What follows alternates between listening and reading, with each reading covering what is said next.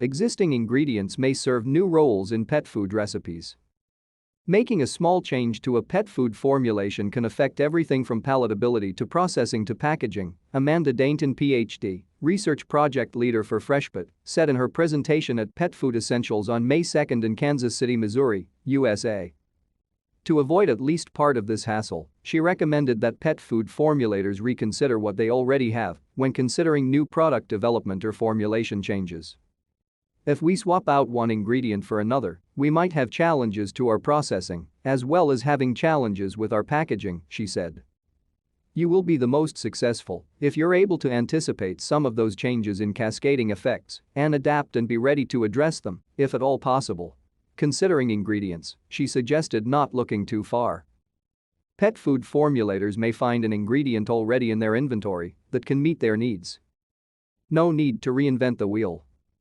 These in-stock ingredients must provide the functionality that pet food makers need from a nutritional perspective, as well as a product functionality perspective, she said.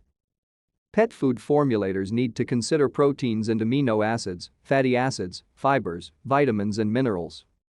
And not all ingredients are going to be equal in those aspects.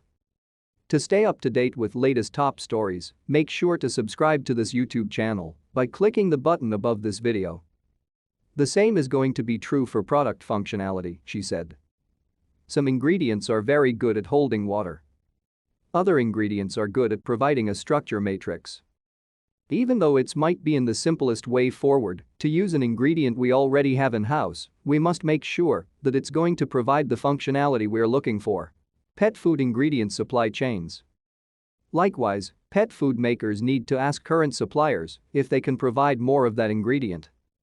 It would be phenomenal if an ingredient we already have is going to meet our needs, she said.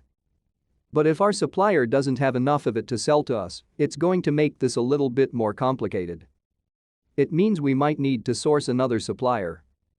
Or we might need to look at other ingredients that give similar benefits to us. Whatever supplier and whatever ingredient, as many have learned, supply chains can be problematic. Dainton recommended assuring that suppliers have a reserve of an ingredient or rainy day fund for unforeseen events. I know we're all probably very tired of hearing people say this, but we always have to anticipate the unanticipated, she said. There's always going to be something that comes up that very well could affect our processing or ingredient availability for our new product.